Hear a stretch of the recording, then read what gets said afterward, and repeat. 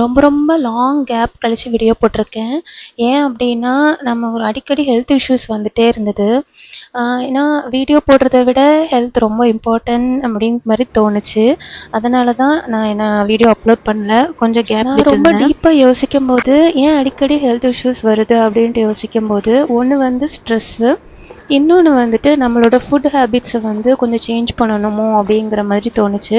இப்போ கொஞ்ச நாளாவே நான் கொஞ்சம் சேஞ்ச் பண்ணியிருக்கேன். என்னோட ஃபுட்டு சாப்பிட்றது எல்லாமே கொஞ்சம் சேஞ்ச் பண்ணியிருக்கேன். உண்மையிலே அதோட ரிசல்ட் வந்து கொஞ்சம் நல்லா இருந்தது.